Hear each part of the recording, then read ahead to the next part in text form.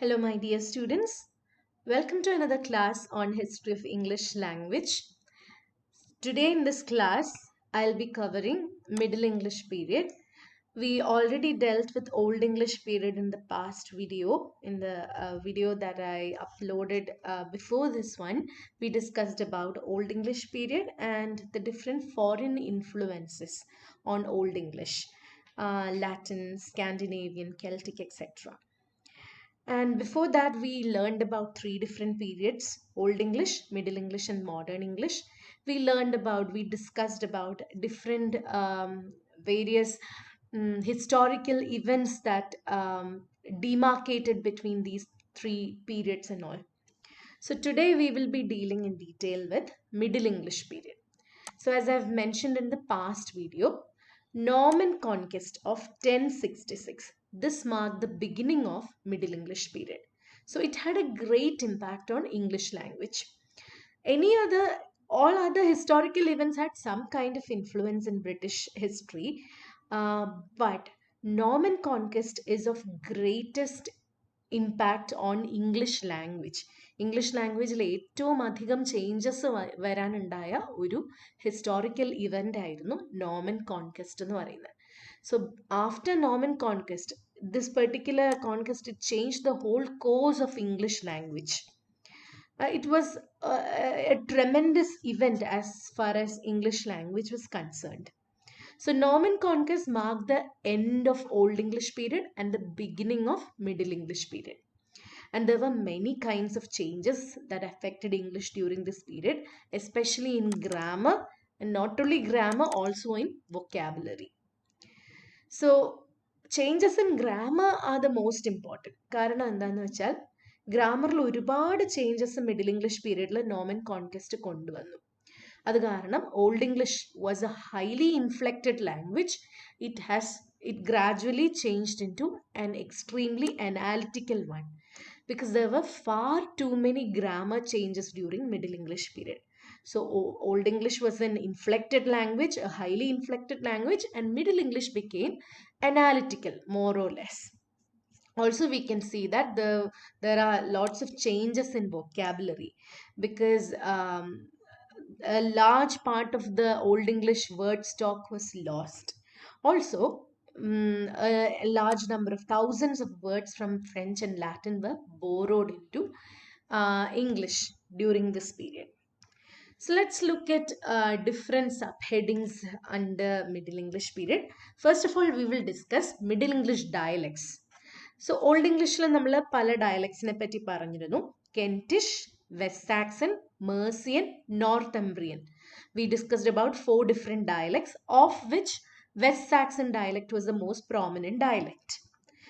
In Middle English, in this particular period also, English had a variety of dialects, more numerous and more divergent than that of Old English.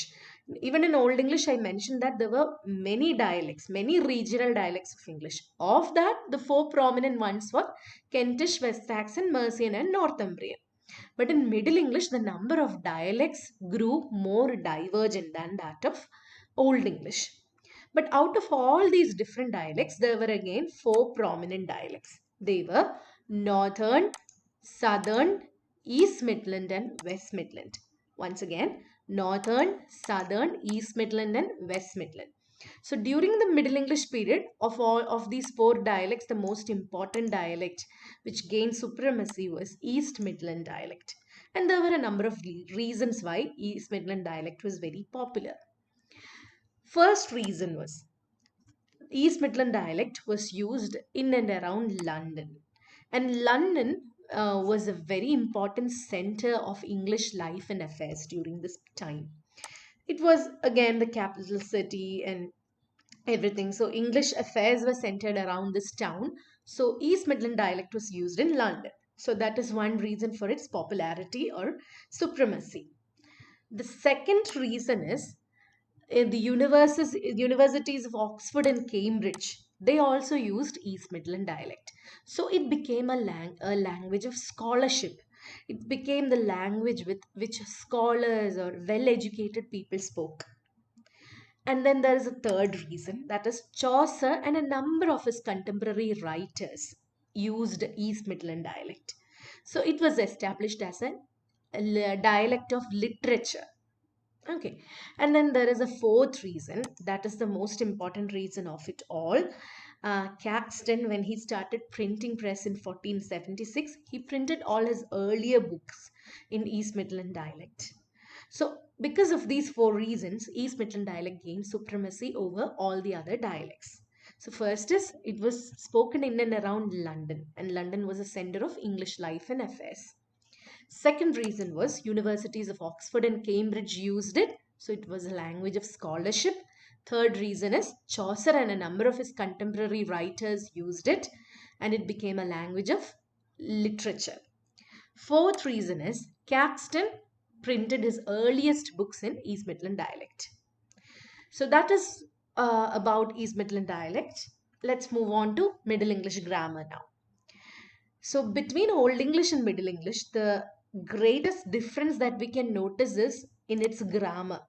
So what is particular about Middle English grammar, Middle English period, is that there is a great reduction in inflectional system. So as I mentioned, Old English was a highly inflected language. But Middle English, in this particular era, we can see that there is a reduction in the inflectional system. So Middle English period is also called period of leveled or weakened inflections. So it is also called period of leveled or weakened inflections.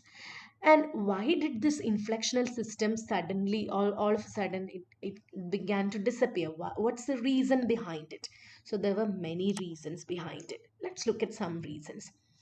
The first reason is mixing of English with Old Norse. So English started mixing with this language, Old Norse.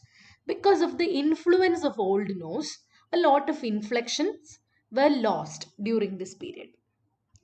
Second reason, and a very important reason, is that in Old English or Middle English, most often words were stressed on the first syllable. അപ്പോൾ ഒരു വാക്കിന്റെ word stress പലപ്പോഴും ആദ്യത്തെ സിലബിളിലായിരുന്നു middle ഇംഗ്ലീഷിലും old ഇംഗ്ലീഷിലും ഒക്കെ വരുന്നത്. So that means that the syllables towards the end of the word will be unstressed. Syllables towards the end of the word would be unstressed. So in due time, what happened is they started giving very little importance to the ending of words because they were not stressed at all. And that might have led to a complete loss in complete stopping of pronunciation of unstressed syllables towards the end of the word too. So that is, ഒരു വാക്കിന്റെ stress മിക്കപ്പോഴും ആദ്യത്തെ സിലബിളിലാണ് വരുന്നത്. അപ്പൊ അതായത് അവസാനത്തെ സിലബിളിൽ ഒരു സ്ട്രെയിനും ഒരു സ്ട്രെസ്സും അവർ കൊടുക്കാറില്ല. പതുക്കെ പതുക്കെ ഈ അൺസ്ട്രെസ്ഡ് സിലബിൾസ്, ഒരു വേർഡിന്റെ അവസാനമുള്ള അൺസ്ട്രെസ്ഡ് സിലബിൾസ് പറയാൻ തന്നെ ആൾക്കാർ നിർത്തി. അങ്ങനെയാവാം ഇൻഫ്ലക്ഷണൽ സിസ്റ്റം എൻഡ് ചെയ്തത്. Okay, so I have notified two reasons about the laws of inflections. One is the mixing of English with Old Norse, and another important system is because the stress would fall on the first syllable in Middle English. There were a lot of unstressed syllables at the end of words, which were lost, which were not pronounced very prominently, and in due time, gradually it became lost. So let's look at one example for it. So there was a tendency to level all vowels of the final unstressed inflectional system under E. For example, in Old English, we had word endings like an, n, un, um, etc. They actually standardized all this and replaced all this with en. Gradually, in late Middle English period, this was reduced to E. So in Old English, we had all these word endings. Old English ഇതുപോലെ കുറേ word endings ഉണ്ടായിരുന്നു. Words പലതും end ചെയ്തിരുന്നത് an, n, un, um ഒക്കെ ആയിരുന്നു. Middle English ആയപ്പോഴത്തേക്ക് ഇതെല്ലാം മാറ്റി അതിന് പകരം en ആക്കി. അപ്പം അത് കുറച്ചും കൂടെ ഒരു യൂണിഫോമിറ്റി വന്നു ലാംഗ്വേജിന്. Language became more or less standard by this period. And towards the end of Middle English period, late Middle English period ആയപ്പോഴത്തേക്ക് ഈ en മാറ്റി അതിന് പകരം e എന്ന് മാത്രം എഴുതാൻ തുടങ്ങി. That itself shows the loss of a lot of inflections, loss of a lot of word endings. So a greater degree of uniformity was thus achieved. പണ്ട് ഈ A N M U N U M എന്നൊക്കെ പറഞ്ഞുകൊണ്ടിരുന്നതിന് പകരം ഇപ്പം നമ്മൾ മിക്കവാറും words ഇയിൽ end ചെയ്യിപ്പിക്കാൻ തുടങ്ങി. Okay, let's look at nouns. What happened to nouns? So for the first time in English, en was used for plural marker. Okay, to show plurals, en was used. For example, ox, oxen. For majority of nouns, en was used. No matter what category these nouns belong to, en was used to mark plural. But what happened in Middle English was East Midland dialect was more prominent. And in the Midland dialects, they showed a preference for es. East midland ഡയലക്റ്റിൽ അവർ കൂടുതലും prefer ചെയ്തത് E എന്നിന് പകരം E S use ചെയ്യാനാണ്, plural കാണിക്കാൻ വേണ്ടി. So it became used as a usual form of plural mark. അപ്പോൾ ഇ എന്നിന് പകരം കൂടുതലായിട്ട് E S was used because of east midland dialect. ഇപ്പം നമ്മൾ നോക്കുവാണെങ്കിൽ we use in modern English we more or less use E S or S for plural like boys etcetera. But even then there are words which plural words which end in en even in modern English, words like oxen, brethren, children, etc. That shows an influence from this period. So about nouns, നൗൺസിലെ plural ആക്കാൻ വേണ്ടി use ചെയ്തിരുന്നത് E N ആയിരുന്നു. പക്ഷെ east Midland ഡയലക്ട്സിന് കൂടുതൽ ഇഷ്ടം preference E എസിനോടായിരുന്നു. അങ്ങനെ പതുക്കെ പതുക്കെ നൗൺസിന്റെ പ്ലൂറലിന് വേണ്ടി ഇ എസ് യൂസ് ചെയ്ത് തുടങ്ങി. ഇ എൻ ചേർത്തിട്ടുള്ള കുറച്ച് വാക്കുകൾ ഇപ്പോഴും റിമെയിൻ ചെയ്യുന്നുണ്ട്. Again third feature of middle English grammar is about its gender.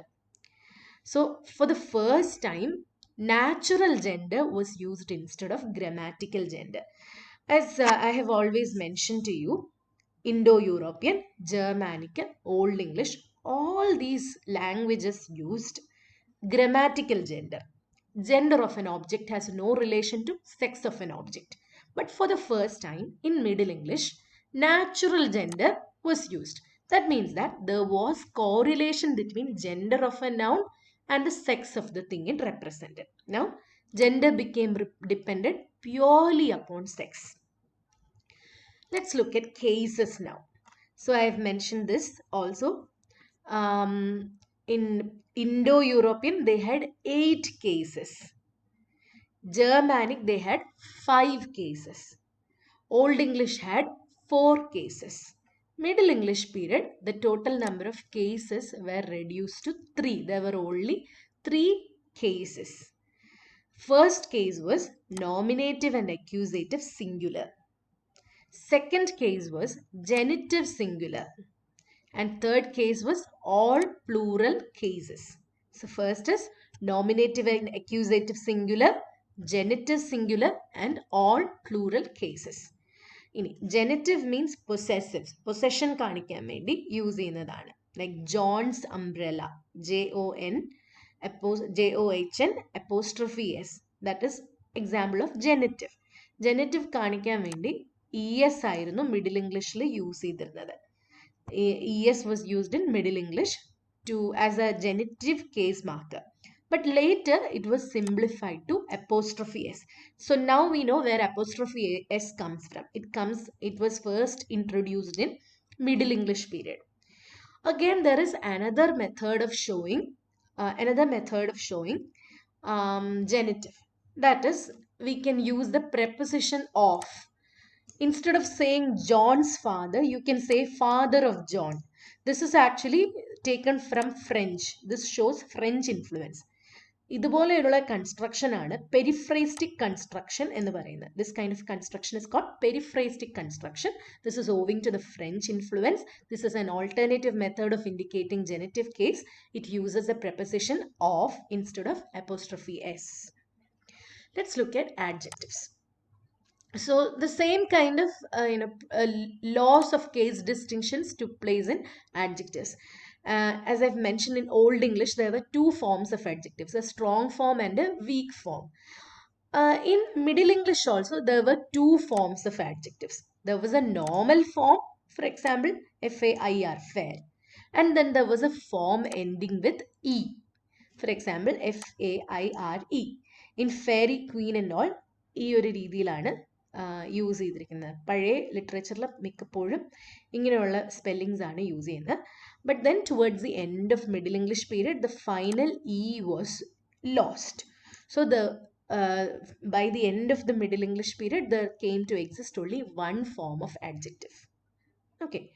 അപ്പോൾ ഓൾഡ് ഇംഗ്ലീഷിൽ സ്ട്രോങ് ഫോമും വീക്ക് ഫോമും അഡ്ജക്റ്റീവ് ഉണ്ടായിരുന്നു. മിഡിൽ ഇംഗ്ലീഷിൽ വന്നപ്പോഴും രണ്ട് ഫോമുണ്ട്, ഒരു നോർമൽ ഫോമും ഇയിൽ എൻഡ് ചെയ്യുന്ന ഒരു ഫോമും.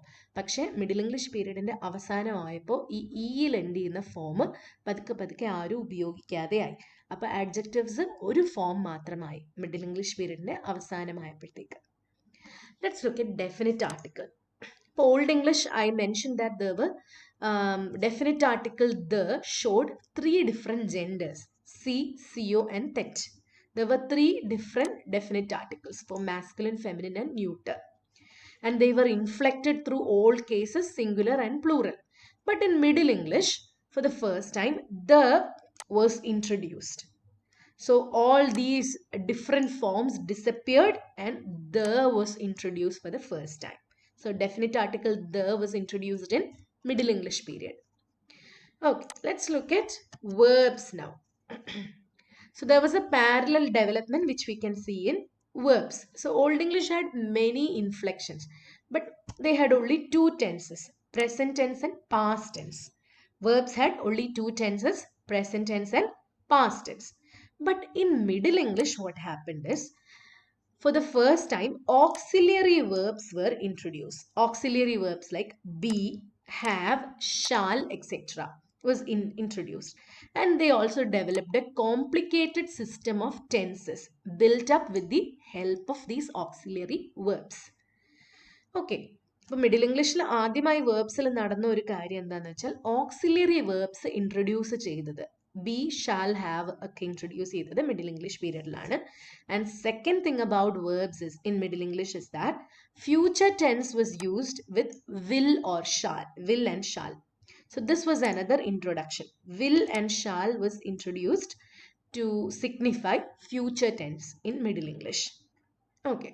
And then the infinitive form of the verb also underwent changes. Okay. Infinitive form, ippon namakkariyam, infinitive form is written as to read, to write, to sleep. Adakkeyana infinitive form. So, in Middle English, infinitive was shown with en. Verbs ending in en was infinitive form of a verb.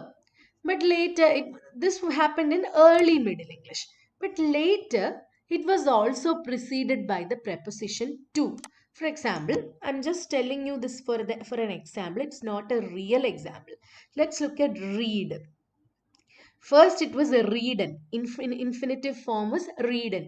En-il avasanikkunnu. Then it was to readen.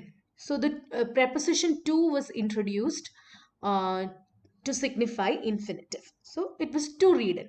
But then everybody understood that it was an infinitive when they looked at to.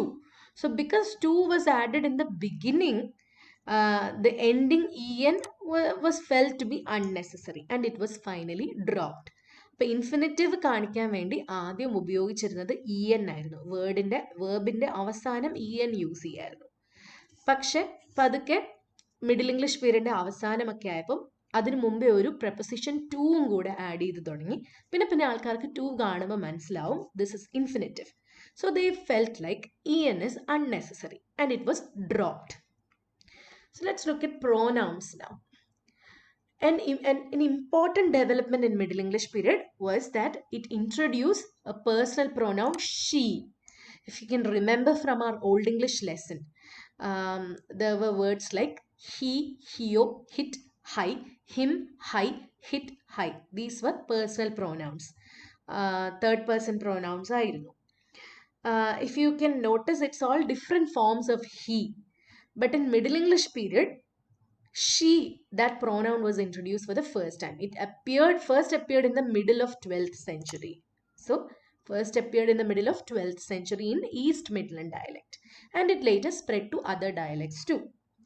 And then the chic പകരമായിട്ട് old ഇംഗ്ലീഷിൽ use ചെയ്തിരുന്ന ഹിയോ എന്ന് പറഞ്ഞ term ആയിരുന്നു. So it's another version of he. So for the first time she was introduced in East Midland dialect, and then it spread to all the other dialects too. And then the ninth feature is inflectional system is decaying now. A lot of inflections are dissolving. So there were other devices that were used instead of inflections, like prepositions.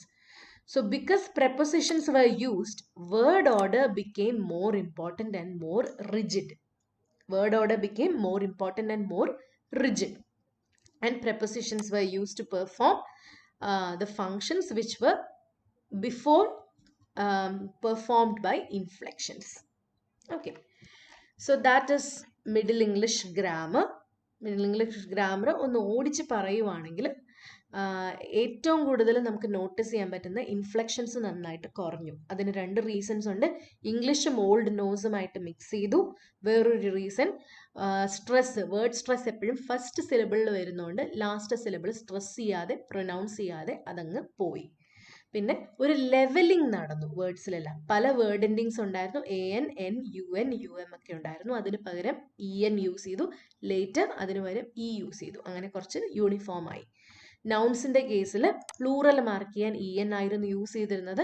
പക്ഷെ east Midland ഡയലക്ട്സിന് ഇഷ്ടം ESനോടായിരുന്നു. ഇപ്പോഴും നമുക്ക് ES words ആണ് കൂടുതലുള്ളത്, എന്നാലും EN വേർഡ്സും ഉണ്ട്, plural വേർഡ്സും ഉണ്ട്. പിന്നെ ജെൻഡറിന്റെ കേസിൽ grammatical gender was substituted with natural gender for the first time. Then cases, there were only 3 cases: nominative and accusative singular, genitive singular, and all plural cases. Adjectives, there were 2 forms of adjectives: normal form and the form ending in E. Later, towards the end of Middle English period, the form ending in E was dropped. And then definite article the was introduced for the first time. Verbs, we can see the development of auxiliary verbs and future tense with the use of will and shall. And infinitive, to was used for the first time. Pronouns, she was introduced. Then inflections were lost, so word order became more rigid. Let's look at Middle English spelling now.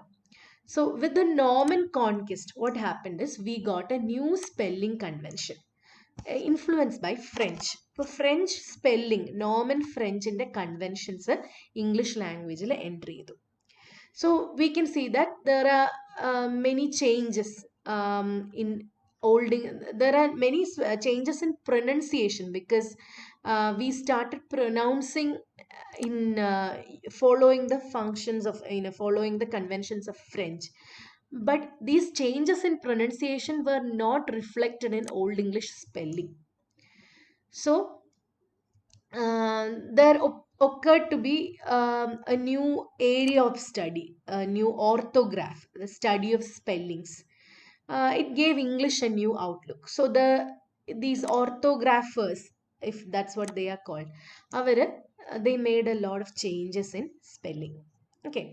ഇപ്പം നോമൻ conquest കാരണം നമുക്ക് പുതിയൊരു spelling convention തന്നെ വന്നു. നോമൻ conquest കഴിഞ്ഞ് they had scribes, people who would write stuff for documents and all. These people totally disregarded traditional English spelling. അന്ന് വരെ ഇംഗ്ലീഷിലുണ്ടായിരുന്ന സ്പെല്ലിംഗ് കൺവെൻഷനെ ഡിസ്റിഗാർഡ് ചെയ്തു. And they spelled the language as they heard it using the conventions of Norman French. So സ്പെല്ലിങ്ങും പ്രൊനൗൺസിയേഷനും തമ്മിൽ പ്രത്യേകിച്ച് ബന്ധമൊന്നും ഇല്ലാതെ വന്നപ്പോഴത്തേക്ക് ഒരു പുതിയ സ്പെല്ലിംഗ് കൺവെൻഷൻ തന്നെ കൊണ്ടുവന്നു. Okay, let's look at some examples.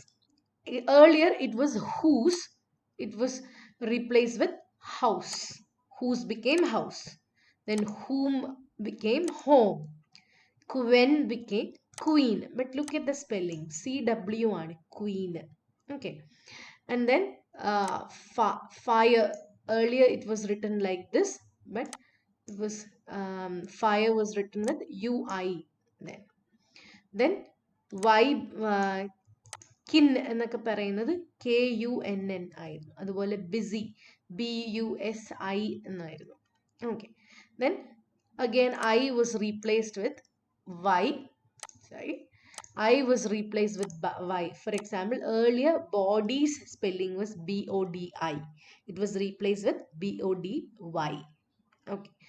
അതുപോലെ തന്നെ king was spelled K കിന്നിങ് എന്നായിരുന്നു അങ്ങനെ ഒരു വേർഡ് ഉണ്ടായിരുന്നു. Kinning was actually replace with king. Let's look at some pronunciations now. When you see C was pronounced as K. C was pronounced as K before front vowels E, Y, I, etc. Okay, for example, kinning, keen, keepan. So C was pronounced as K sometimes. But C was also pronounced as Ch sometimes. For example, child. Okay. Then C was also pronounced as Sir. This is French influence. City, receive, etc. So C എന്ന് പറഞ്ഞ ലെറ്ററിന് 3 pronunciations ഉണ്ട്. K, Ch and Sir. Then another thing is G. The letter G was pronounced as year in Old English. G was pronounced as year in Old English. But we got a new letter in Middle English, Y. So earlier year was written like this. Now we got this spelling, year. Okay. Then for the first time, G was read as J in some words like gentle, gesture, etc. And then there was a hard G too in words like guest, guild, etc. So ഇവിടെ ഇത് J ആണ്. Sorry. ഇവിടെ ഇത് J ആണ്, ഇവിടെ G ആണ്. So G had two kinds of pronunciation, J and G. Then et and ton, these two letters in Old English, they were replaced with the spelling combination TH. അതുപോലെ SC എന്ന് എഴുതി കഴിഞ്ഞാൽ ship എന്നാണ്, ഷ എന്നാണ് വായിക്കുന്നത്. അപ്പോൾ SC എന്നുള്ള spelling മാറ്റി SH എന്ന് പറഞ്ഞ സ്പെല്ലിംഗ് വന്നു. So it became SHIP. Again, another important thing was instead of CW, we started using QU. Earlier it was queen, written like this, CWEN. Now we started using the current spelling. Again, okay. V or U, ഈ രണ്ട് ആൽഫബറ്റ്സും നമ്മൾ വായിക്കുന്നത് V എന്നായിരുന്നു. അതുപോലെ F എന്ന് പറഞ്ഞ alphabet വരുമ്പോഴത്തേക്ക് നമ്മൾ F എന്ന് പ്രൊനൗൺസ് ചെയ്യും. ഓൾഡ് ഇംഗ്ലീഷിൽ എഫ് എന്ന് പറയുന്നത് ഫയും വേയും പ്രൊനൗൺസ് ചെയ്യാന്ന്. പക്ഷെ ഓൾഡ് ഇംഗ്ലീഷിൽ ആദ്യമായിട്ട് എഫ് എന്ന് പറഞ്ഞ ലെറ്റർ മിഡിൽ ഇംഗ്ലീഷിൽ എഫ് എന്ന് പറഞ്ഞ ലെറ്റർ ഇൻട്രൊഡ്യൂസ് ചെയ്തു, ആൽഫബറ്റ് ഇൻട്രൊഡ്യൂസ് ചെയ്തു. So that was use for F. V was used for V, F was used for F. Then also Z was introduced for the first time in Middle English. And then there were a lot of words like words which started in E, like estrange. It became strange. So the initial E was dropped in some words like strange. It was esquire, it became squire. Estate became state. Escourge became scouch. Escon became scon. Escout became scout. So these are the important spelling and pronunciation reforms in Middle English. So that brings us to the end of this video. So I hope that this was helpful for you guys. Feel free to tune in anytime and rewind to any portion which you didn't understand. And you can always contact me in this channel for any further doubts regarding this. Thank you so much for your attention till the end. Have a wonderful day. Bye.